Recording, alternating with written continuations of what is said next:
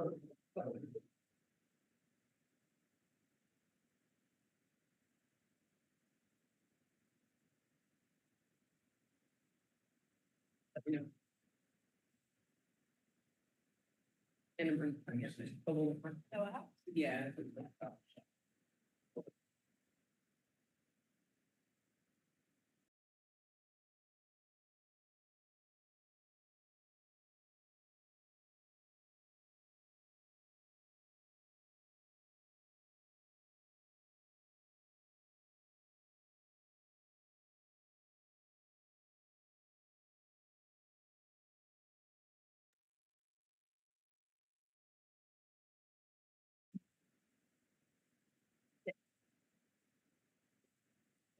Good evening, everyone. Welcome to the San Rafael City Council. Today is Monday, December 15th, our last City Council meeting of 2025.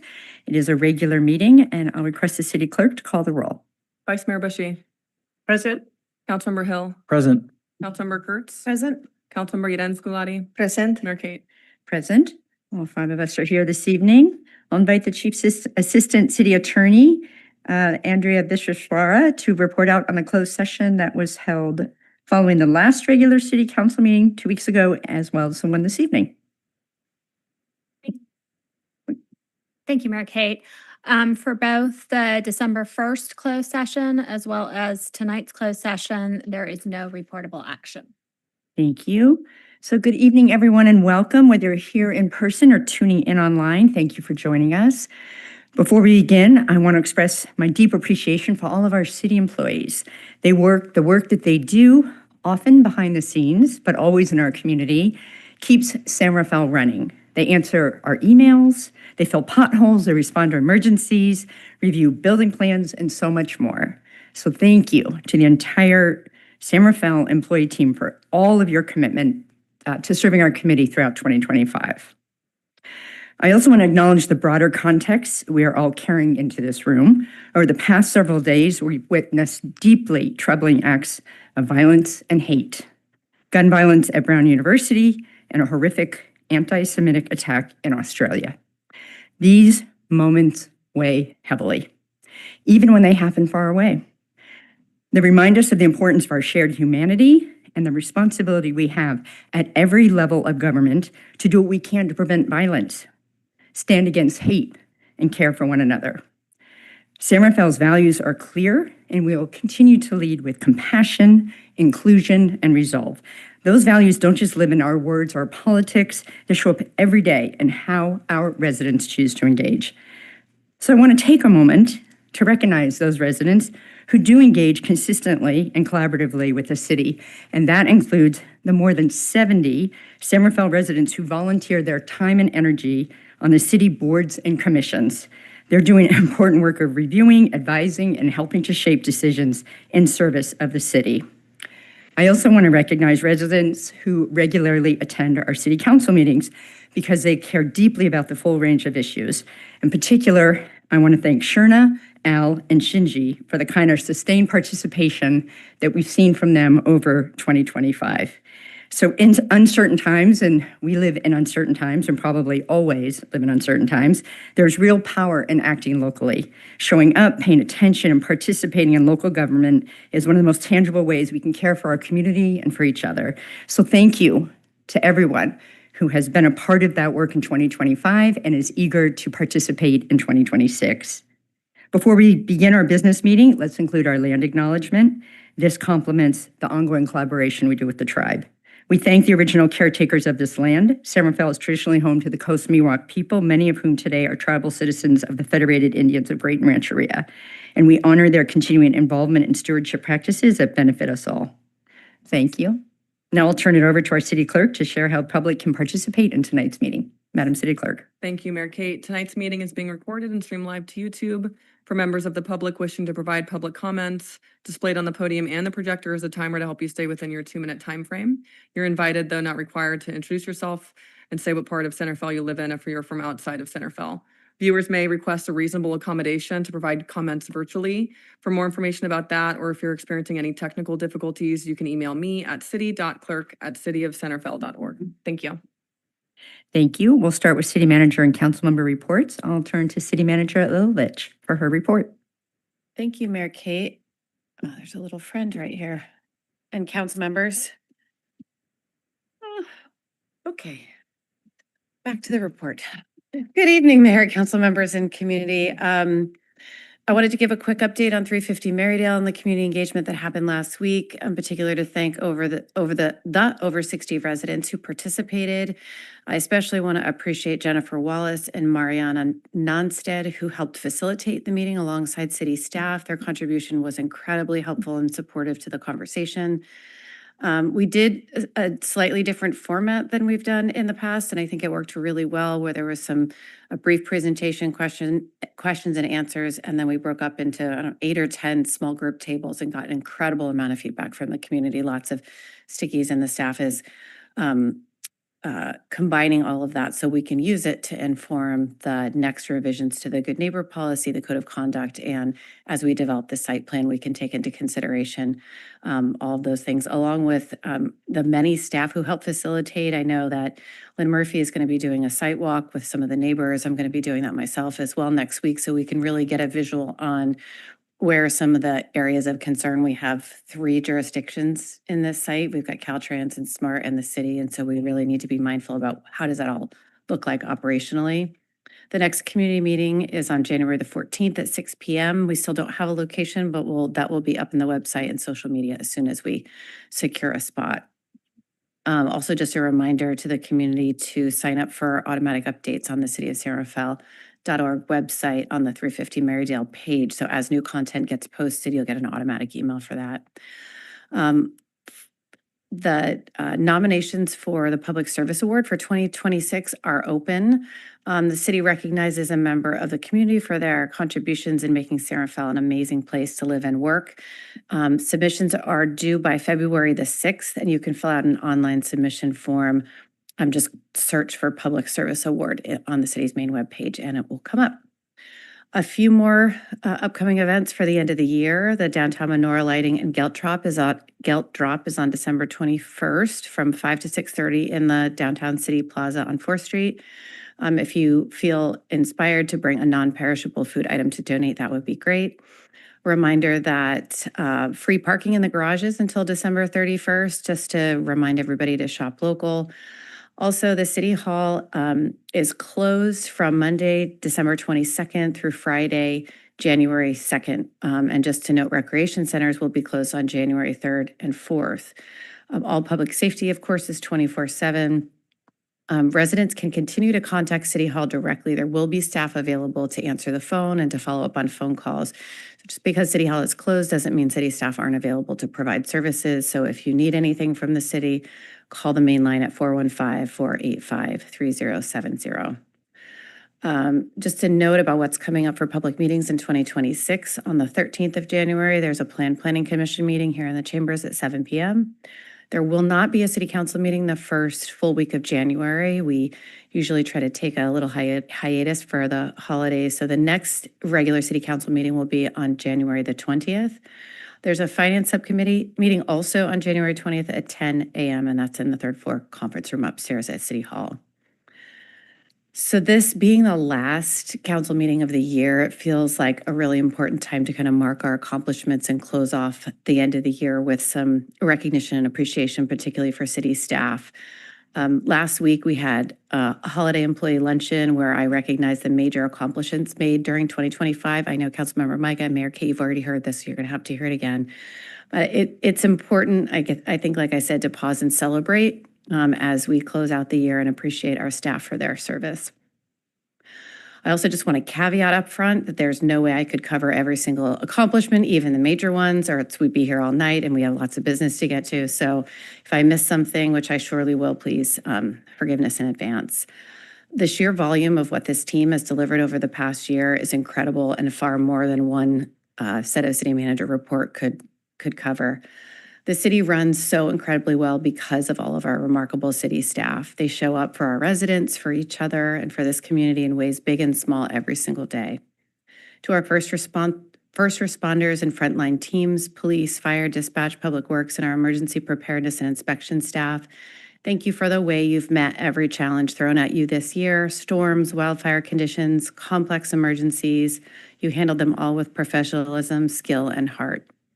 I want to highlight two major public safety innovations this year: our fire department's launch of the Basic Life Support Program, which is expanding our medical response capacity, and our police department's new Drone as a First Responder program, giving officers real-time information and improving safety for the public and our public safety staff. Across the city, we delivered real progress on some of the city's most challenging issues. We partnered with the county to acquire 350 Marydale and will open an interim shelter with 65 tiny cabins that will bring people indoors and create a long-term path to affordable housing. Our mobile mental health SAFE team, as well as the community services and public safety personnel, have supported our unhoused neighbors with dignity and compassion. Thanks to the diligent work of our planning and housing teams, we approved major housing projects like 930 Irwin Street and 1230 Fifth Avenue, and continue pushing ahead on major housing projects in the pipeline and facilitating the creation of much-needed affordable housing.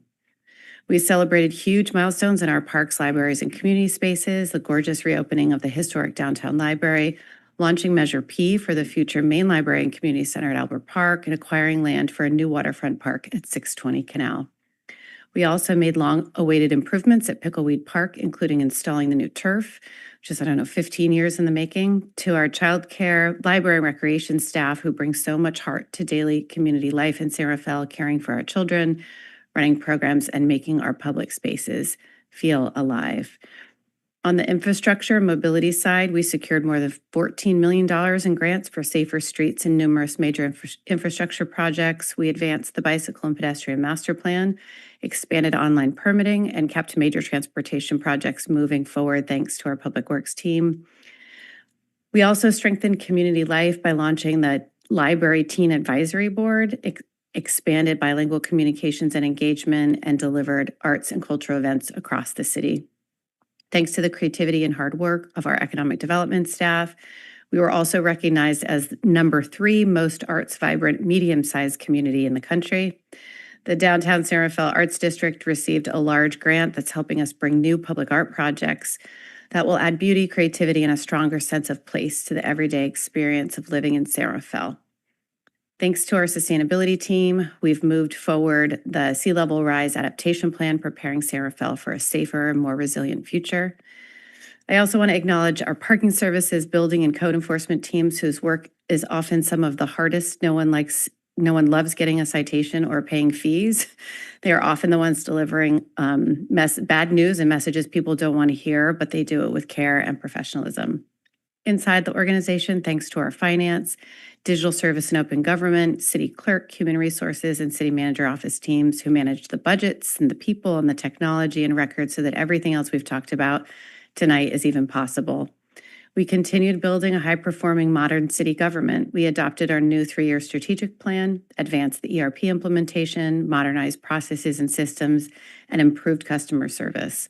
Our data-driven, transparent work will soon, I think it's official. Sean, is it official? Or we earned our What Works City certification, placing us among national leaders in that space. Our city attorney's office helped move forward some of our biggest projects and policies this year, from housing projects and homelessness initiatives, all while managing the claims and contracts and ordinances going to court and ensuring we stay compliant with local, state, and federal laws. City clerk team processed 483 Public Records Act requests, an all-time high, in addition to grounding us in good government and transparency. We held it together San Rafael Academy this year, which supports our culture of innovation, human-centered design. In that academy, cross-departmental teams solved real-world problems, leading to the implementation of, for example, a mobile food vending program this year. Our DEIB committee organized a whole series of lunch and learns that brought people together, sparked thoughtful discussions, and helped us continue building a culture where everyone feels valued and included. I want to give a special shout out to our fun committee, who supports many departments who host events to bring much joy and time together for city staff to celebrate and connect. All of this, every single piece of it, is because of our city staff, their incredible hard work, creativity, and commitment to serving this community and showing up every day in ways that truly matter. So as we wrap up the year, I hope all of our staff feel proud. They've deserved it. And before we close, I also want to sincerely thank our mayor and city council for their continued partnership and support and their trust in this organization and our team and commitment to the community, making our work possible. We're grateful for your leadership. Thank you. Thank you. And thank you for sharing all of that. It was a great way to close out the year. So thank you. I'll turn to my colleagues to report out on the meetings they've attended. Vice Mayor. I'm happy to begin. Lots of great things going on. Started with the Arbor Day celebration in Peacock Gap Park. We were delighted to welcome the mayor and the Public Works and the rest of the team to District 3 to plant 6 new trees in the Peacock Gap Park. I personally inspected the holes that were dug, and they were very impressive. They could dig holes for, they can plant trees for me any day. We also had the Economic Development Committee, a very important committee that I was pleased to sit on for this year, and we'll be handing the baton over to Councilmember Hill for next year.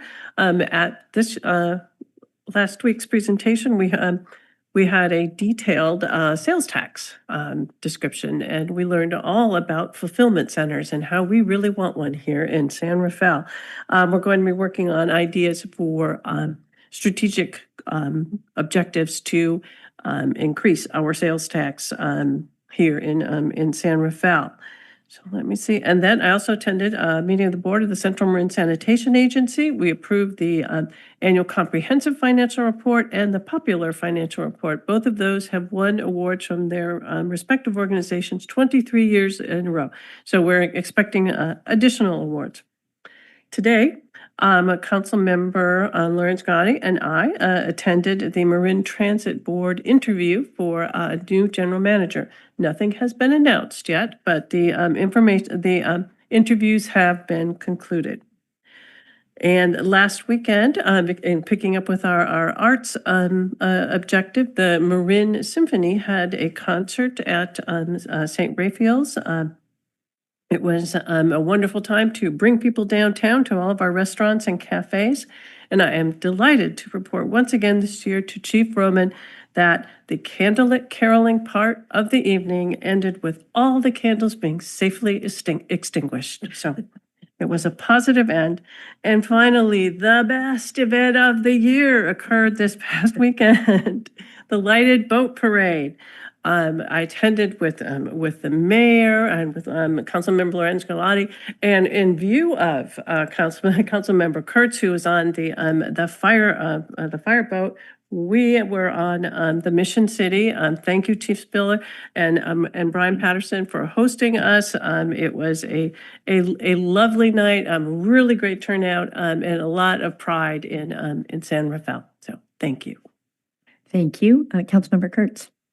Thank you. I'll start with carrying on the conversation about the lighted boat parade. It was the fireboat. It was their inaugural sail.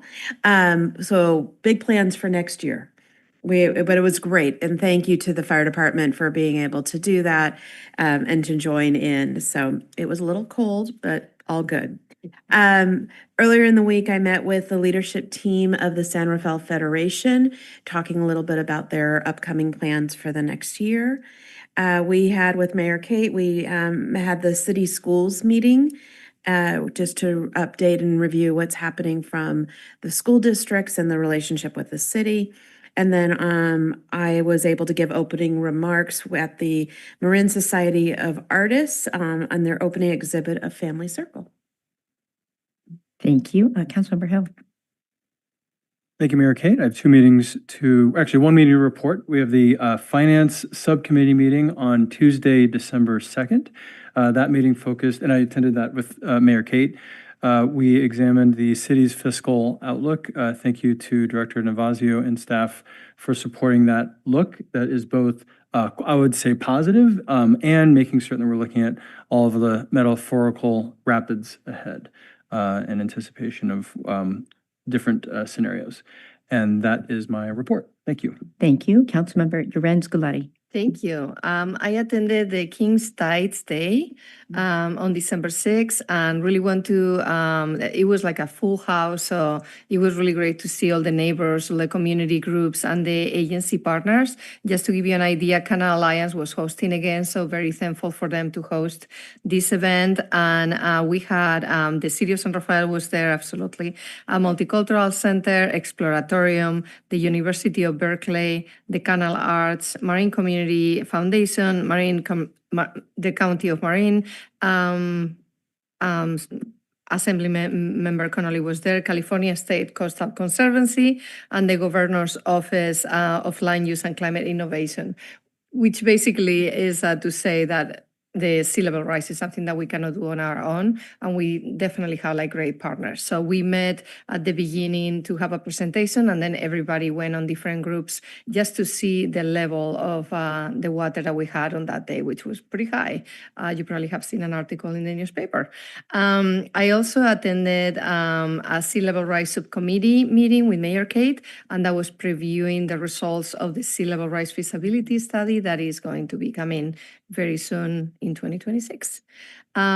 Also attended a community meeting with Spinnaker Point, and that was very, very productive. I gave them an update on some of the everything that's been happening from the city, and also it was a great opportunity to listen to the community.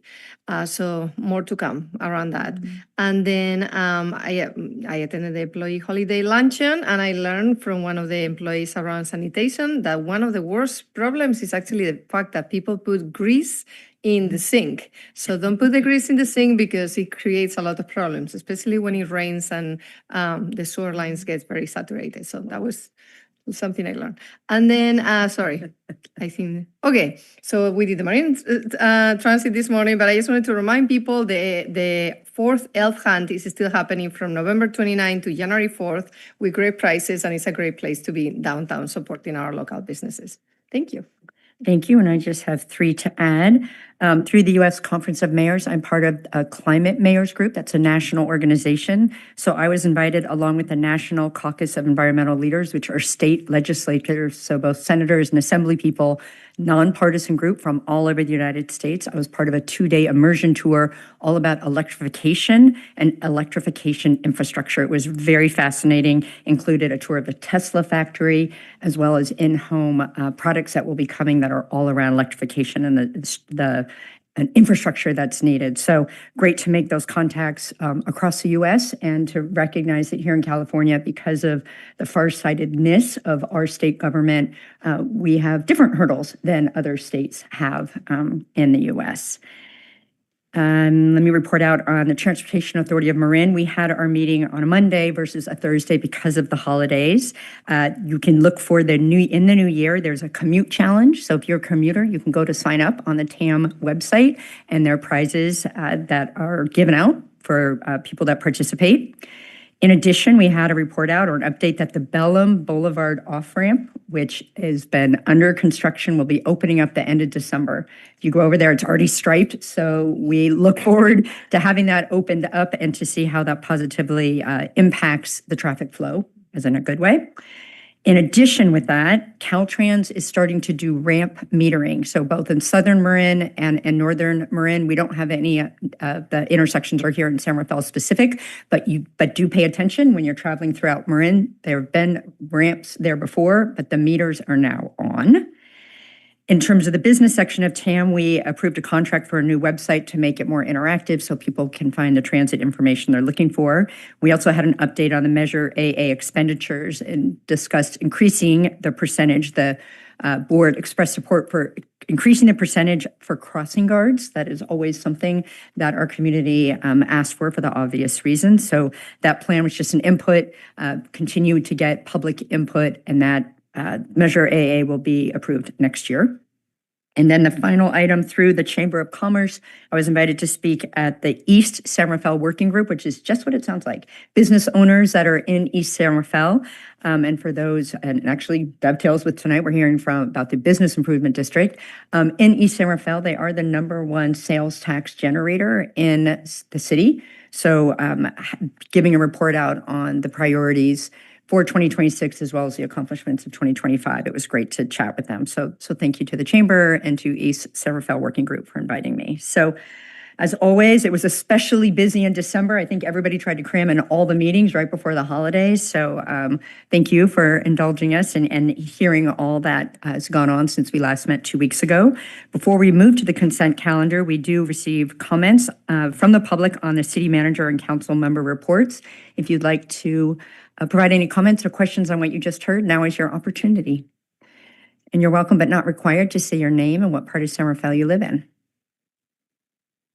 Sorry, is this on the consent calendar? No, this is the city manager report and council member. Sure, I don't know if you heard I thanked you for coming to our meetings in my opening remarks. Thank you again. Thank you. And the city council and the staff of our city. I think I said this earlier in the beginning of the year, and I'm going to say it at the end of the year. I so appreciate the normality of your meetings, the regularity of your meetings, and the comprehension, I think it does, of the services the city provides for the citizens of San Rafael. So I just want to say thank you very much and have a happy holiday. Thank you. Any other comments on the city manager or council member reports? My name is Wayne Rayburn. I live at San Rafael Meadows. Hello, Mayor, council members, staff. It's my understanding that at the present time, there is a lawsuit suing the owner of 300 Marydale Road, that the city and a homeless person is suing them. I understand that the homeless person tripped and evidently hurt himself, and the city and the homeless person is suing them. My concern is, are we being set up for lawsuits, you putting in the 65 homeless people in 350 Marydale? Because they will be coming into our neighborhood. And we are very concerned that if they get hurt accidentally, that we'll be set up for lawsuits. My other major concern is that we've been told that there would be no illegal drug use in 350 homeless shelter. I just met with Officer Lynn Murphy, and she said that there would more than likely, she said definitely, or more than likely, that there would be illegal drug use permitted in the sheds. That's a very big risk as far as them coming into our neighborhood and continue using drugs. We are very much against them being using drugs openly. Thank you. Anyone else want to comment on the city manager and council member reports? Before I begin, I just want to check with Ms. Laura. I confirm that you got a comment letter. Thank you. My name is Gregory Andrew. I live in San Rafael Meadows. And I did submit a comment letter on 350 Marydale in anticipation of city manager talking about it tonight. I'm not going to review that letter, but talk about the major themes of it, particularly the code of conduct and good neighbor policy. I'm glad to see that the city is working with the community, I think on these items. But my comments are that there must be no tolerance for the code of conduct or the good neighbor policy. You want to seem to give these individuals a lot of leeway. I understand that, but you're putting this in a neighborhood, and there really can be no tolerances, and just allowing them this opportunity is a significant chance for them. There need to be strict restrictions on the behavior. Do you really want to allow illegal activities on this site? These are not private homes. These are a public facility. Are you really going to allow illegal drugs at this site? I can't imagine that you would condone that, but it seems as though that is what you're prepared to do. The city must demonstrate real actions to ensure what I'm going to call a policy of no spillover, no tolerance. Again, protecting our neighborhood. And the city and county need to demonstrate real actions that we're going to prevent it spillover and have any tolerance. This is your project. You purchased this property. This is your idea, your project. You're selecting the individuals, and that comes with a great deal of liability to you. Thank you.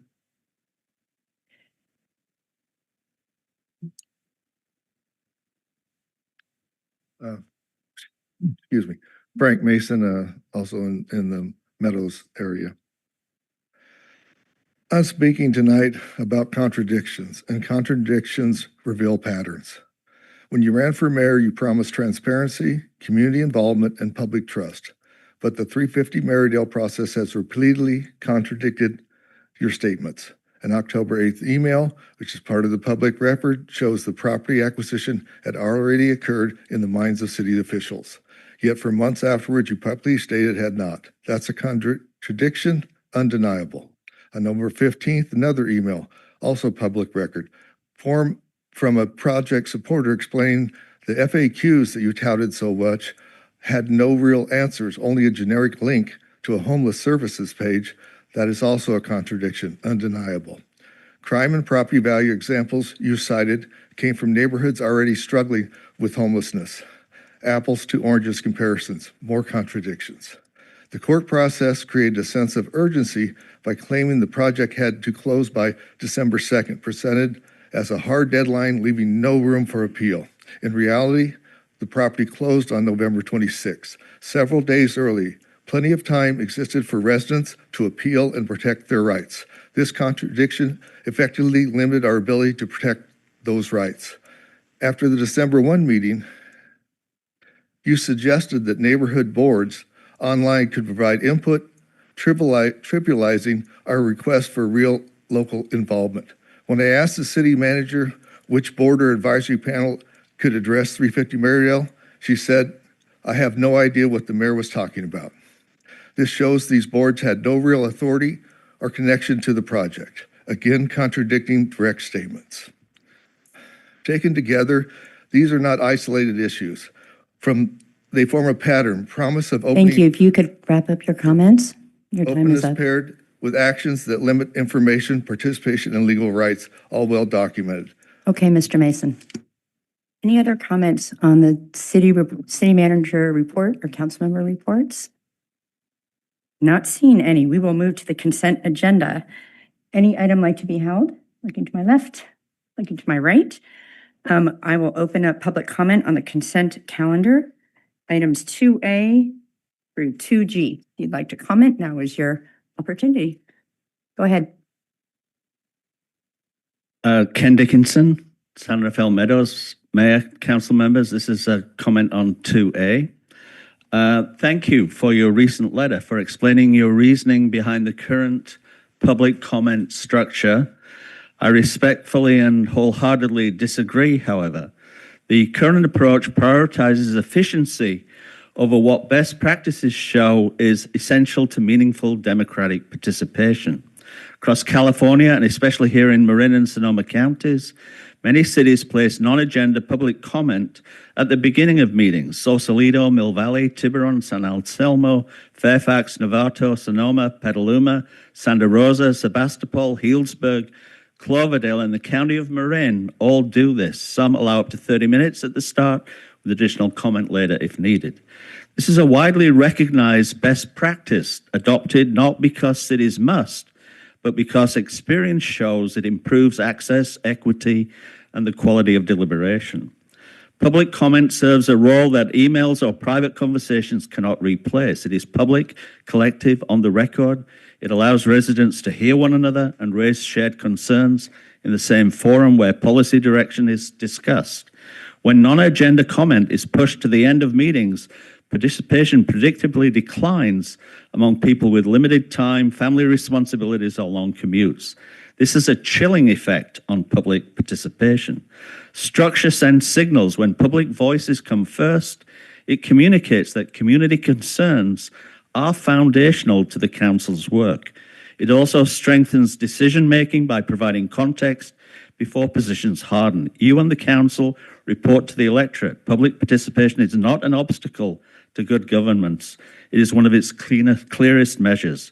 I respectfully request for the second time that non-agenda public comment be moved back to the beginning of the agenda where it was prior to October the 2nd. If you could close your comments, please. Yes, if you can just move it back to where it was prior to October the 2nd, 2023. And we Thank you. received your letter. Any other comments on the consent agenda? Are you, okay. Good evening, Mayor, council member, staff. I'm speaking regarding the final adoption of Ordinance 2057 for Maridale Project. At the prior meeting, a resident from the affected neighborhood asked that this item be pulled for discussion. Councilmember Bushy, who represents the area, did not acknowledge that request or her constituents' concern.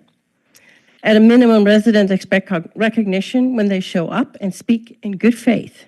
That did not happen. More importantly, pulling the item would have allowed discussion of what was actually approved. Ordinance 2057 relies on Government Code Section 65662, which governs low barrier shelters and housing first programs. Section 65662 incorporates Welfare and Institution Code 8255, which defines the core elements of housing first. Those elements are not abstract. They determine what can and cannot required of residents, including sobriety, treatment, precipitation, and behavioral conditions. Had this item been discussed, we would have asked the council to address a clear discrepancy. WIC 8255 explicitly recognizes that alcohol and drug use may occur in housing first settings. While staff statements to the community have suggested drugs and alcohol will not be allowed on site. Both cannot be true. This is not about ideology, but clarity and trust. Residents deserve to know what is required by state law, what is local policy, and where enforcement authorities exist. By approving this ordinance without discussion, the council adopted a legal framework many residents and possibly some council members do not fully understand. We ask you to publicly clarify the city's policy so residents are not left with conflicting assurance. If you could. Thank you. Any other comments on the consent calendar?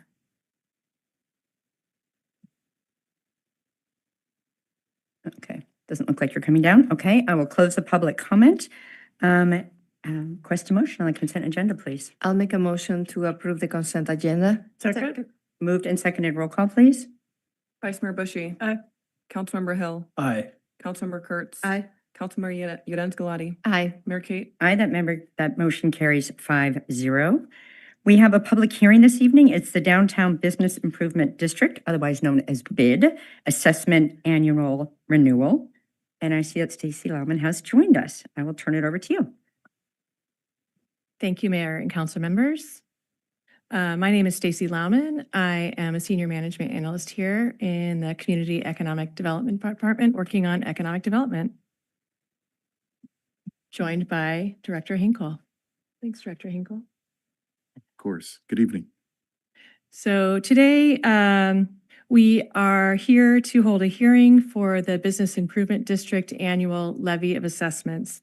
California Streets and Highways Code Section 36500 allows the creation of a business improvement district. With this tool, businesses within the district can self-assess an annual fee to pay for improvements and activities that benefit the overall business district. The City of San Rafael's role is to levy and collect membership fees from businesses within that district. There are several steps to take to levy an annual assessment. The first step is to receive and review an annual report from the BID, confirming the boundary, the budget, and the source and uses of BID funds. So we've received the BID annual report included as attachment A of this report, or attachment 2 of this report, excuse me. The second step is to adopt a resolution of intent to levy the BID assessment for the upcoming year. Your council adopted Resolution 15481 on December 1st of this year, setting a public hearing for today, which was also publicly noticed in the Marin IJ on December 5th.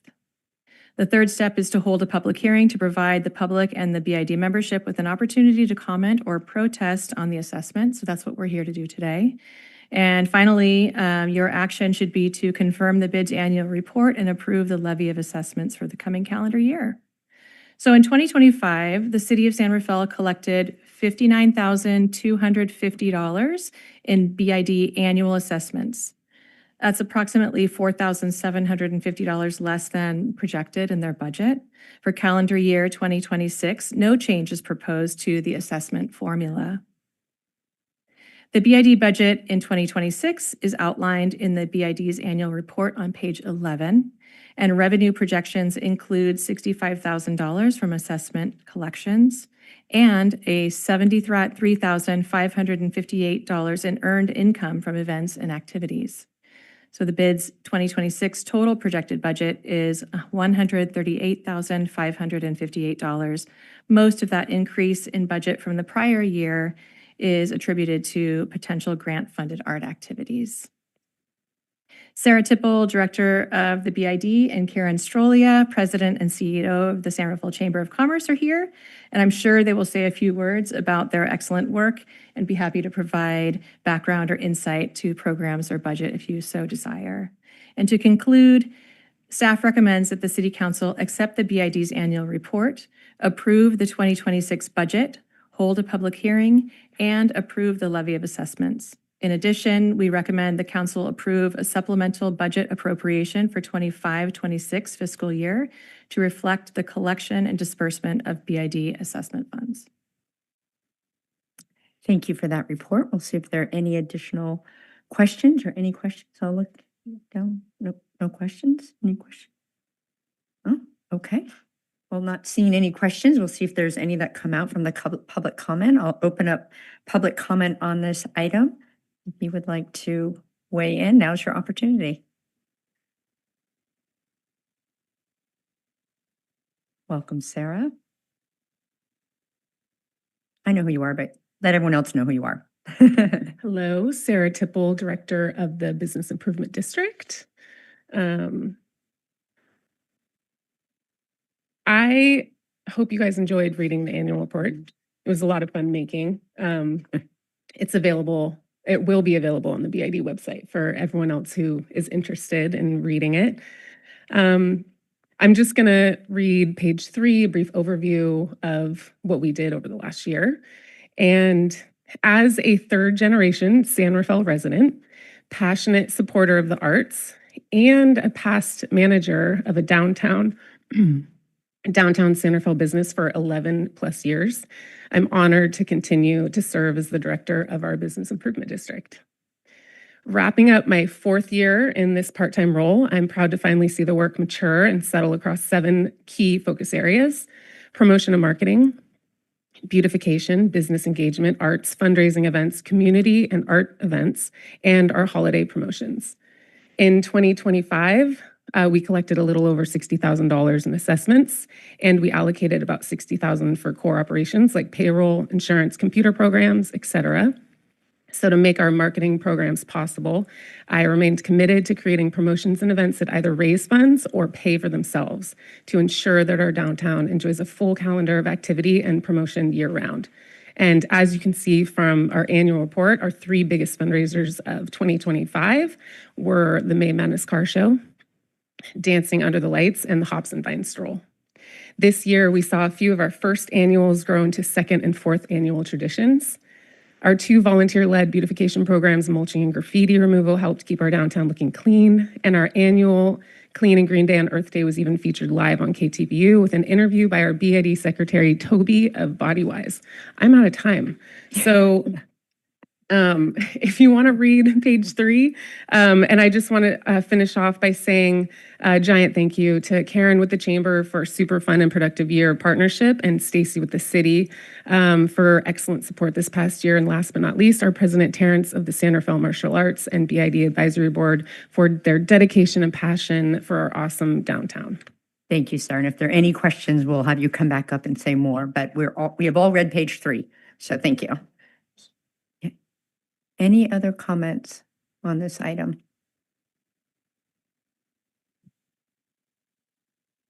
Hello, council and city colleagues.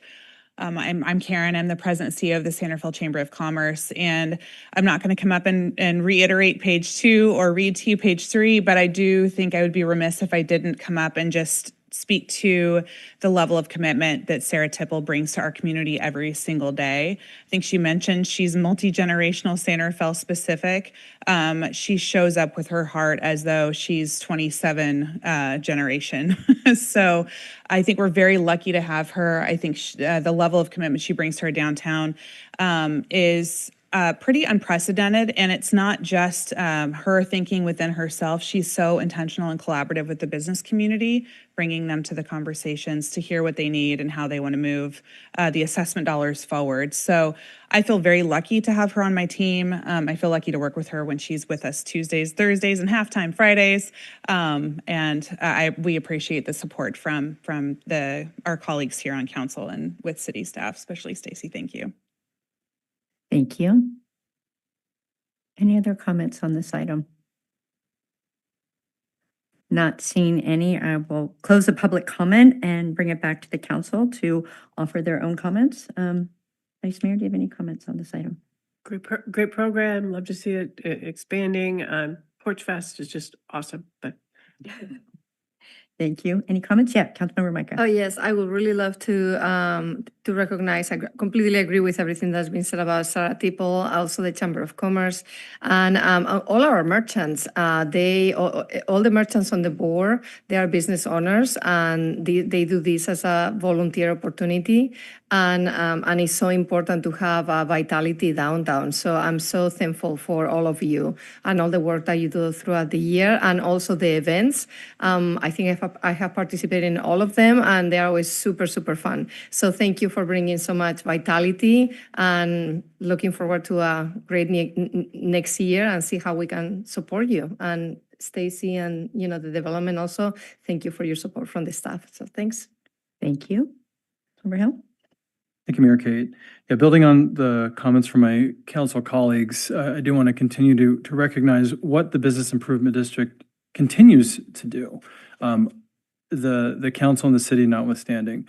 These are a group of merchants in the downtown area that are self-assessing for the benefit of not only the downtown, but also for the community.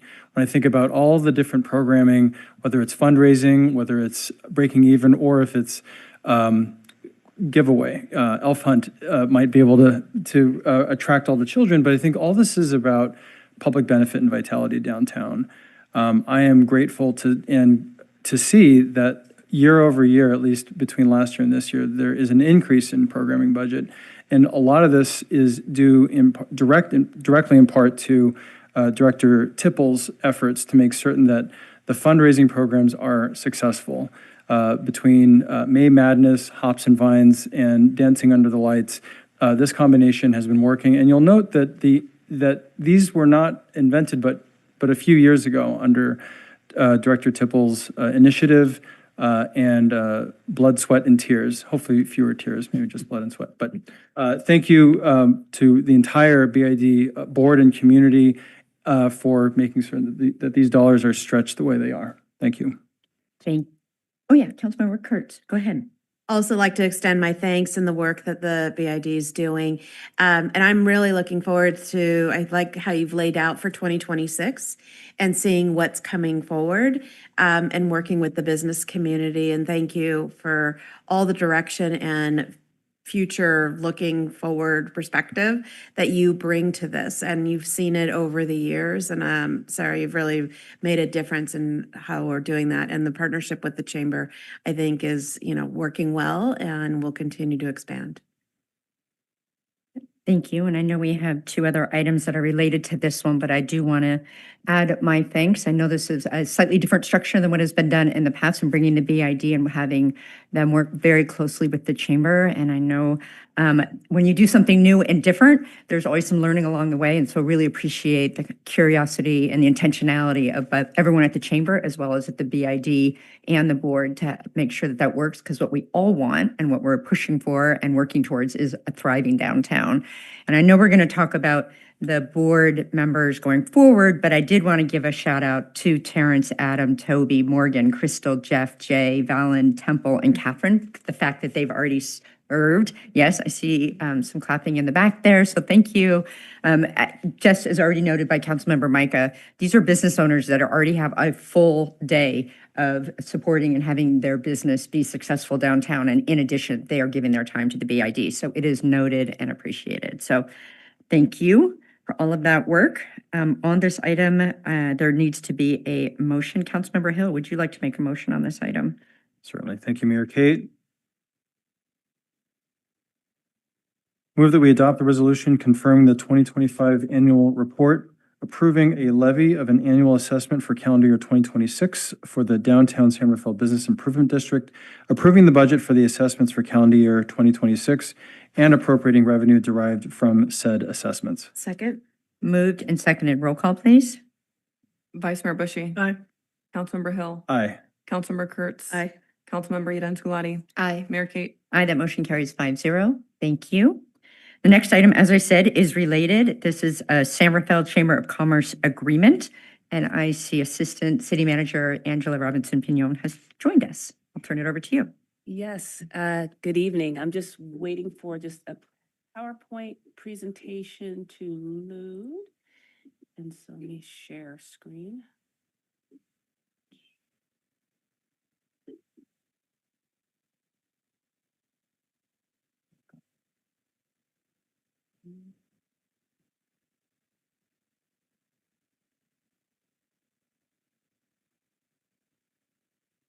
Right. So again, good evening. I'm here to present a brief presentation about the proposed San Rafael Chamber of Commerce agreement. So the purpose of the agreement is to support local business engagement and economic vitality and also to clarify the roles between the Business Improvement District, the city, and the Chamber of Commerce. In addition, this agreement aligns with Goal A of the 2025-2028 strategic plan, which is to strengthen the local economy by supporting existing businesses and attracting new enterprises. And so some background. The city and chamber have had a long-standing partnership supporting local businesses. The most recent agreement was a 2-year agreement authorized in May 2023. And the intention behind this agreement, and Mayor Kate alluded to it briefly, was to improve operational efficiencies. And so by leveraging the work of the downtown bid as well as the chamber definitely to support local downtown businesses, but also to have a more robust business engagement strategy overall for the city of San Rafael. And the other purpose of this agreement was to strengthen strategic partnerships between the city, the chamber, and the bid. And so there's a scope of work in proposed professional services agreement. And at a very high level, the tasks and deliverables associated are business outreach and advocacy, homeless liaison support, a business sentiment survey, a targeted support program, which will be derived from the business sentiment survey, an annual report, which was presented in the last item, and district management and enhancement services. And so the agreement also includes downtown bid administrative guidelines that were approved in 2023. And again, the purpose of these guidelines were to clarify the roles between the city, the bid, and the chamber in terms of this partnership.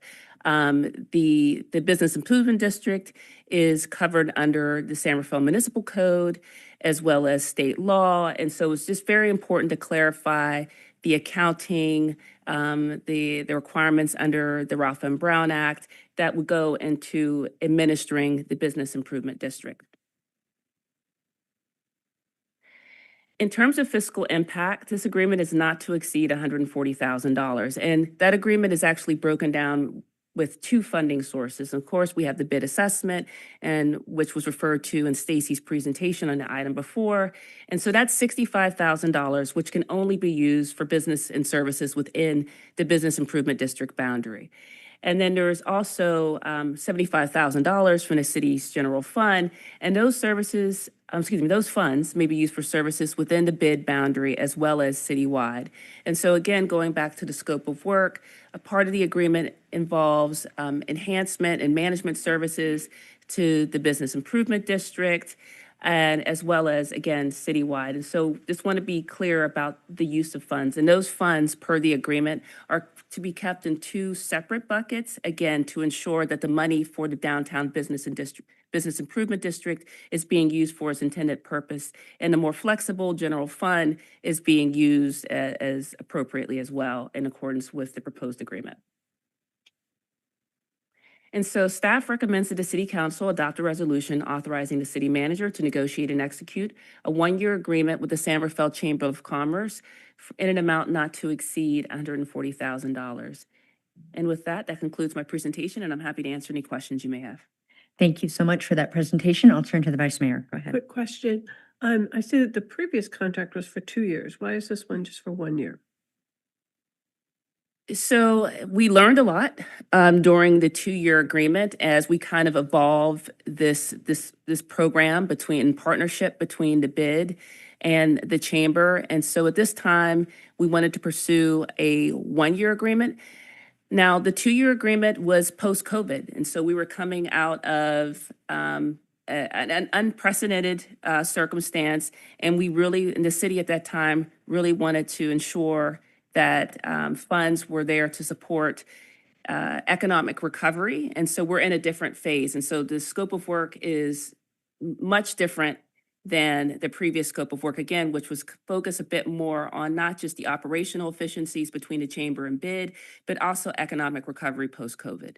And so, again, as we evolve this partnership, at this time, we're proposing a 1-year agreement.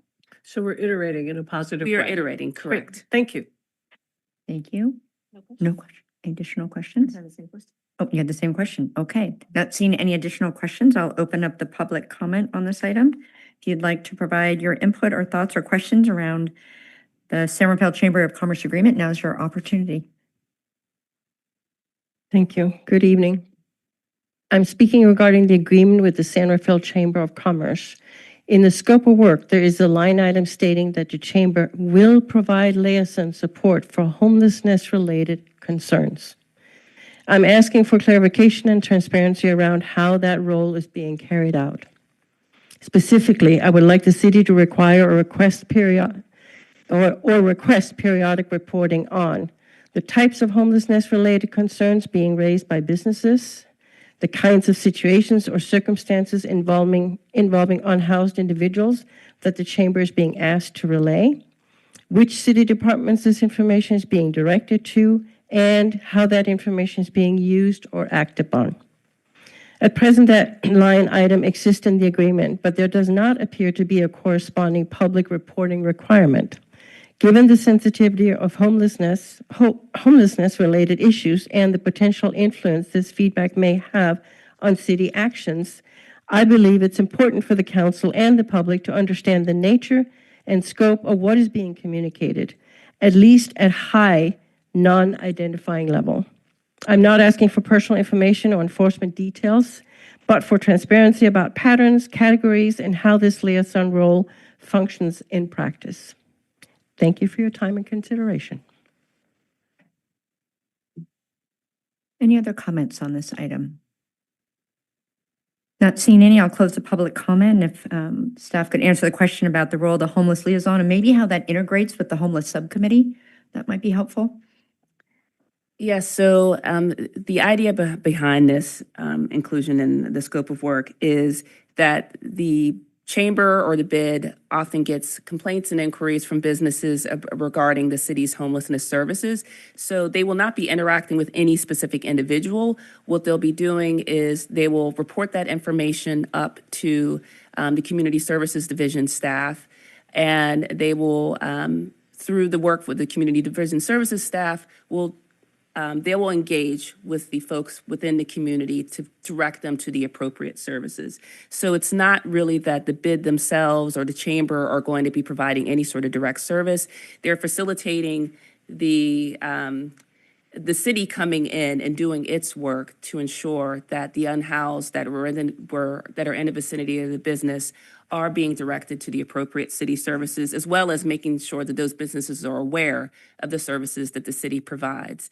And so in terms of the homelessness subcommittee meets regularly to discuss policy related to our unsheltered population. And so that's, and drives policy in that area. And so that's the nexus between those two groups. Thank you. Any questions from the council? If not, I will entertain comments or a motion and comments. I'm happy to make a motion. Okay. I'm happy to make a motion to adopt a resolution authorizing the city manager to negotiate and execute a one-year agreement with the San Rafael Chamber of Commerce in an amount not to exceed $140,000. Second. Moved and seconded. Roll call, please. Vice Mayor Bushy. Aye. Councilmember Hill. Aye. Councilmember Kurtz. Aye. Councilmember Yinan Scalati. Aye. Mayor Kate. Aye, that motion carries 5-0. Thank you, Assistant City Manager Robinson Pignon, for that report. The next item, also related to the BID, is the Downtown San Rafael Business Improvement District Advisory Board appointments. And Stacy will be presenting this item. And Director Nicole. Thank you. Yep. Since 1979, the San Rafael Downtown Business Improvement District has operated to support economic vitality in the city's core. As we've been talking about tonight, they provide a really useful and important volunteer service.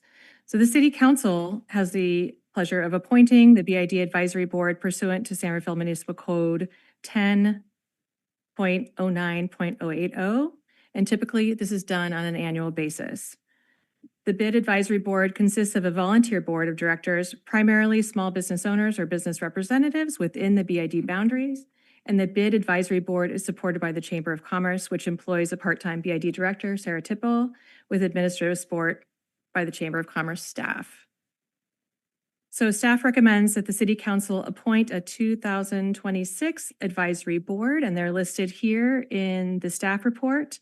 The 10 members recommended for appointment include Adam Dawson, recommending Mike Spikes, Crystal Vargas, representing ARTT, Jay Yinger with Yinger Studios, Jeff Bersati with TNB Sports, Catherine Aria with Modern and Avenida, Morgan Schaufler with Youth and Arts, Rick Lewis, Goldrush Jewelers, Temple Schaubel with Beta Yoga, Terrence Thornton, San Rafael Marin Arts, and Toby Lessam with Body Wise Massage.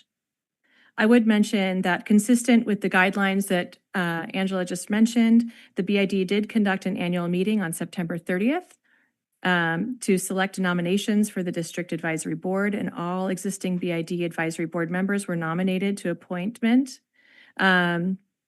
Subsequently, one nominee has been replaced on this list following that meeting because substitution of a member or an appointment was necessary to ensure the board's ability to maintain consistent participation and a quorum at regular meetings. So with that, staff recommends the BID Advisory Board term to expire on February 1st or at such a time as the council appoints a new advisory board. Thank you. Any questions by the council? Pretty straightforward. I will open public comment on this item. If you'd like to comment on the proposed BID Advisory Board appointments, now is your opportunity. Mayor and council members, Ken Dickinson, San Rafael Meadows. I'm speaking on this item because it involves how the city uses advisory and oversight bodies in situations with significant public impact and financial risk.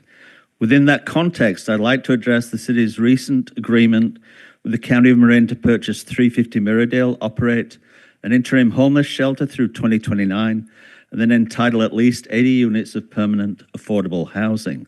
This project represents a major commitment.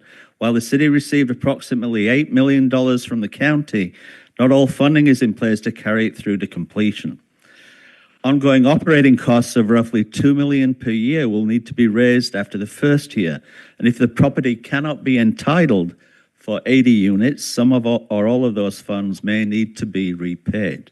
At the same time, the Marin Independent Journal editorial of December 4th recommended that the city consider forming an advisory committee including neighbors, shelter residents, and service providers, similar to those used for homeless projects in Larkspur and Corte Madera.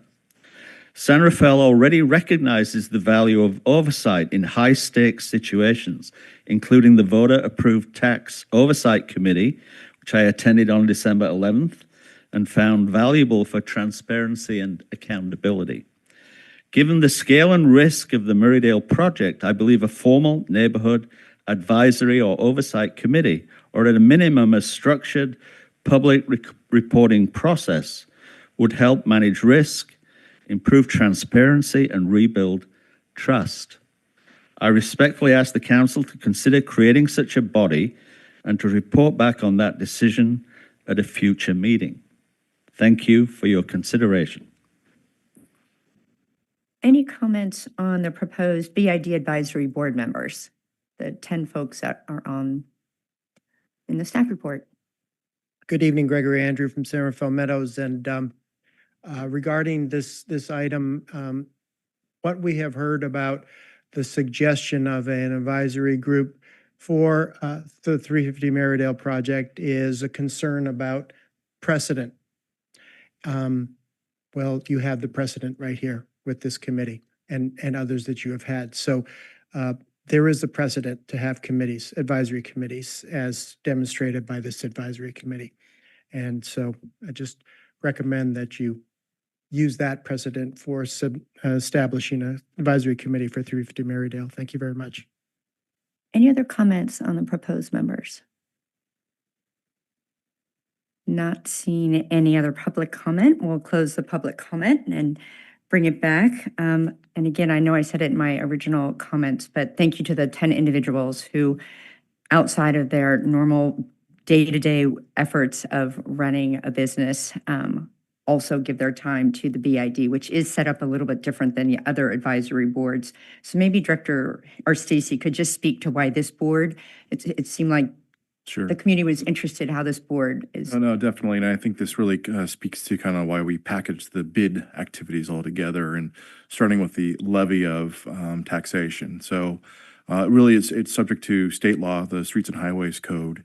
That's fairly specific, that actually calls out an advisory body. This advisory body on the levy is actually the one that speaks to it and has that authority pursuant also to both the state law and the San Rafael adopted municipal code to allow us to actually levy bid improvement districts. So its makeup, its requirements, its annual reporting, all required by statute and local ordinance. So it's a little different. And this is regarding the taxation standpoint, and then the levy of business levies for this service and use. So Thank you for providing that clarification.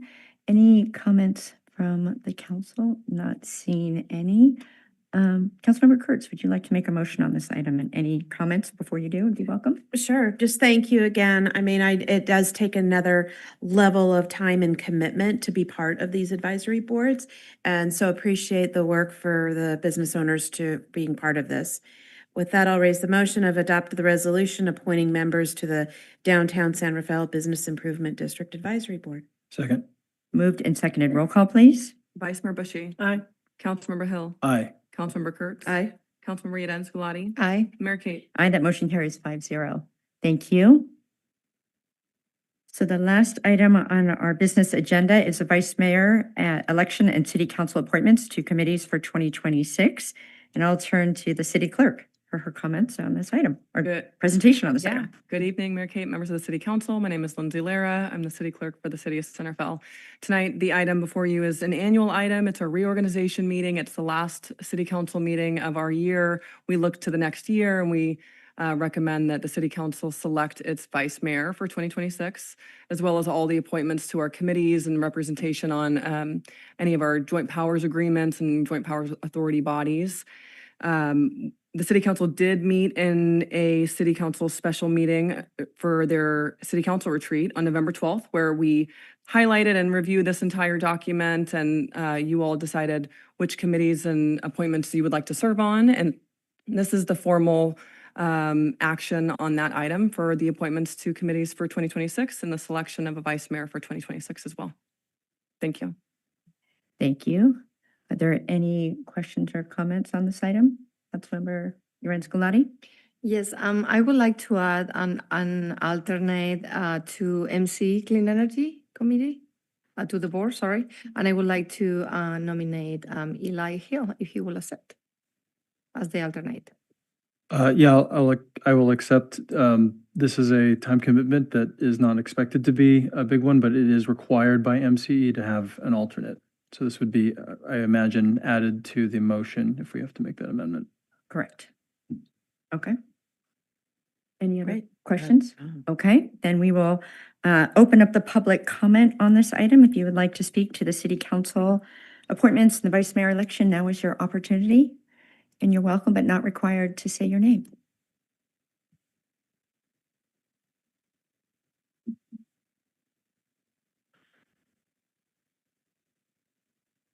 Mayor, council members, Ken Dickinson, San Rafael Meadows. I'm speaking on this item because it concerns council appointments to regional and oversight bodies and how those roles can help the city anticipate and manage emerging risks as major projects move forward. First, I'd like to respectfully ask the mayor in her role on the SMART board to help identify and clarify any grey areas related to access to the SMART right-of-way for the 350 Murraydale property.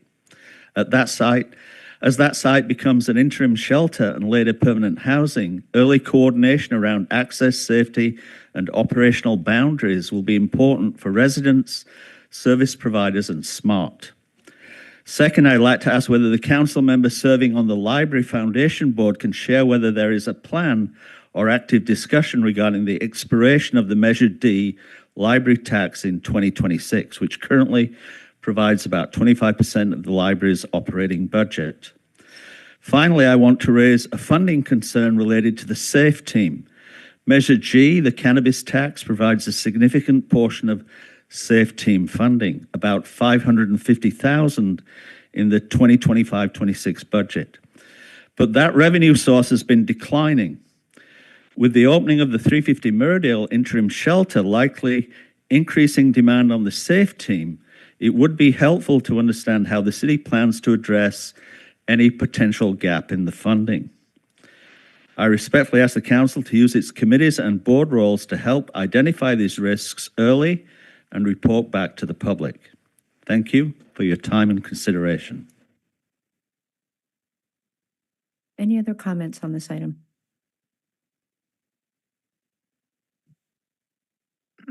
Thank you, Gregory, Andrew, San Rafael Meadows, and really have just questions, a few questions that I think are directed primarily to Councilmember Kurtz. There is the Homeless Subcommittee, and then there is the Homeless Policy Maker Group. So my question is, what are these two groups? What is the distinction, the difference between them? And thirdly, about how often are you anticipating that they will meet in the coming year? So those three questions. Thank you. Any other questions or comments on this item? Not seeing any. I'm going to close the public comment and come back and maybe turn to the city manager. There was questions about future finances having to do with the library specifically, but maybe you could just speak to that, and then we'll turn to Councilmember Kurtz. Sure. At the recent finance subcommittee meeting a couple weeks ago, we did have some initial conversation about the potential renewal of Measure D and the process moving forward to do some polling both on that and some future other revenue measures. So that will be coming forward to the council in February for consideration of putting the renewal of Measure D back on the ballot on June 26. And then could you also speak to the timing of the subcommittees, the meetings, because I know this is something that staff is working on in terms of that cadence, because I think that the community might be interested in Yes. So staff is working on putting a full 2026 calendar together for each of the 5 council subcommittees that are Brown Act public meetings so that we can have a regular cadence. So some will be monthly, some will be a few times a year. We'll bring that to the council and have it published on the city's website once that's all complete, trying to have a specific day of the week and month so that they're predictable for the community and the council, and we can plan around them for the entire year. So we'll share that at the January 20th council meeting. Okay, so that will include the date, the next meeting of the homeless committee, but maybe Councilmember Kurtz could just explain what the difference between the HPSC, as it's finally known, and the homeless subcommittee. Was it the HPSC one or was it the MCCMC? I think it's the MCCMC. I thought it was the MCCMC. Is that the one on here? Okay, yep. Okay, so It's Homeless Policy Maker Group. Yep, thank you. so the MCCMC Homeless Policy Committee was around, we did not meet, I don't believe, in 24. We may have met in 23. At the time, it was really an opportunity. MCCMC, which is the Marin County Council of Council Members, Mayors and Council Members, it was an opportunity for our peers from other jurisdictions across the county to get together to talk around how they are addressing homelessness within their communities. So we had representation from Fairfax, from Mill Valley, from Larkspur, Corte Madera, Sausalito, as all jurisdictions were experiencing some level of homelessness and wanted to have that opportunity. What we tended to do was bring in representation from the county to be able to ask questions, and it had participation from staff as well as housing, HHS, Health and Homeless Services. So that group has not met in a very long time, and we are trying to determine whether it would make sense to still have that group formed. So that is different. The HPSC, Homeless Policy Steering Committee, is a state mandated committee that is run out of the county. I chair that with Supervisor Lucan, and it has representation from many of the different agencies that support homelessness within the county.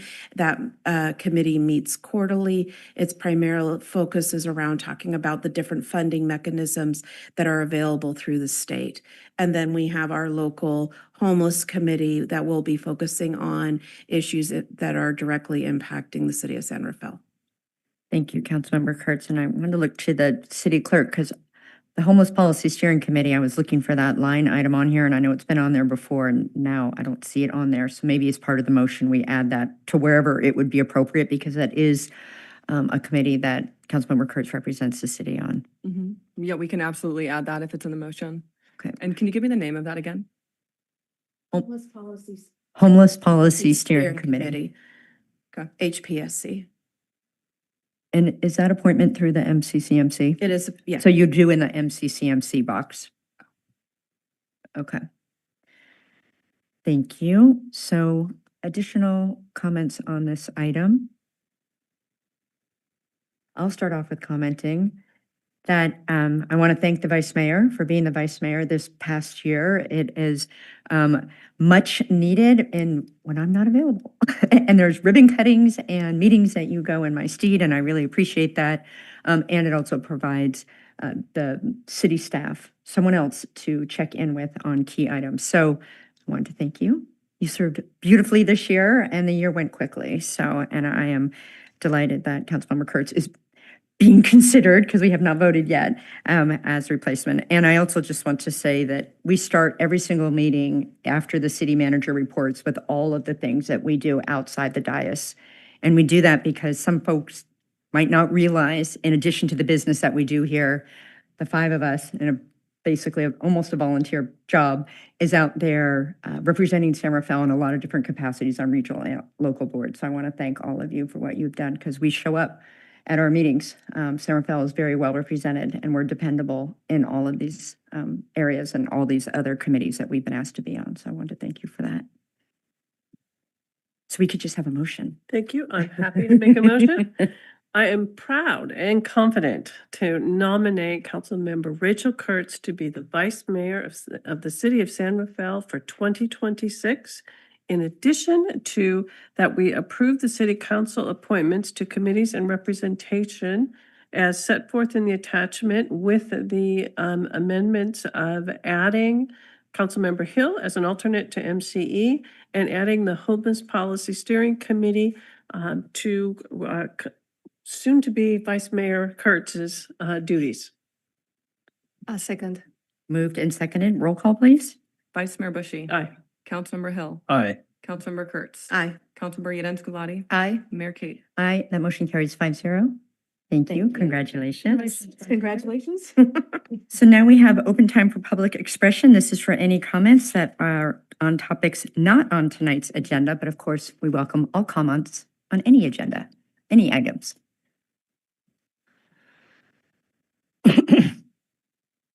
Mayor, council members, Ken Dickinson, San Rafael Meadows.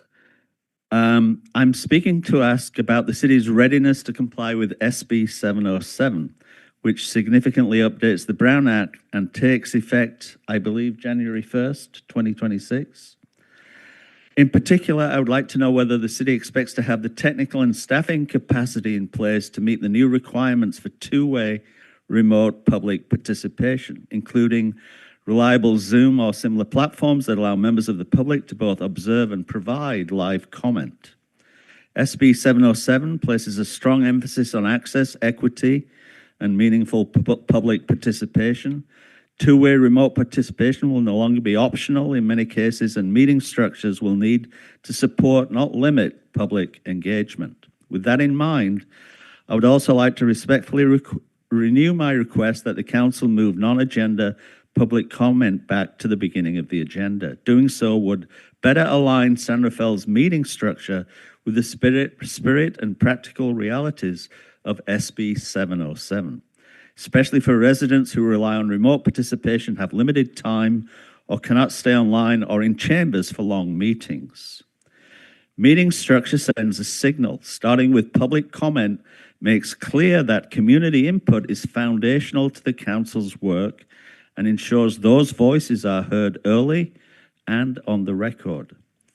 I respectfully ask the council to clarify how it plans to comply with SB 707 by January 1, 2026, and to reconsider the placement of public comment in light of these new requirements. Thank you for your time and consideration. Any other comments before we adjourn? Again, good evening, Marianne Namastar from San Rafael Meadows. I just have a question I'd like to add, which is, as the revenue is declining from cannabis sale to support the Safe Team, I'd like to know what are their other funding to come in for this team, for Safe Team, and to please clarify where that funding will come from so that we can have continued Safe Team. Thank you. Thank you. Any other comments?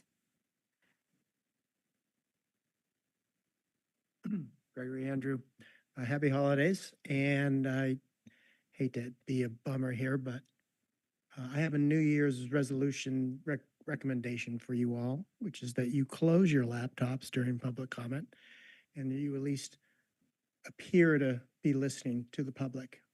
When you tune out the public, you send the signal that you loathe public comment. And I'm sure you don't believe that. So there's a recommended New Year's resolution for you. Thank you very much. Any other comments before we adjourn the meeting? So there were questions. I will just, Madam City Clerk, you can follow up on 707. And in terms of additional information around financials, our website is a great first place to start. And if you don't find the information there, we will direct you where you can be directed. Mayor Kate, sorry if I may just have one correction. It's July 1st, 2026. So I just want to make sure that the public isn't expecting to be virtual or hybrid January 1. Yes, Thank you. I knew that. Okay. Mayor Kate, could I just offer a brief response? The Safe Team, the police department was successful in a grant that will fund the program for the next 2 years as we continue to find long-term funding sources. So it is a secure program for the next 2 years. And we did have a presentation on that, I think, did. in September, or October. So in adjourning, I want to wish you all the happiest of holidays and a joyful new year. Here's to continued great work in the community with each other. And this meeting is adjourned. See you in 2026.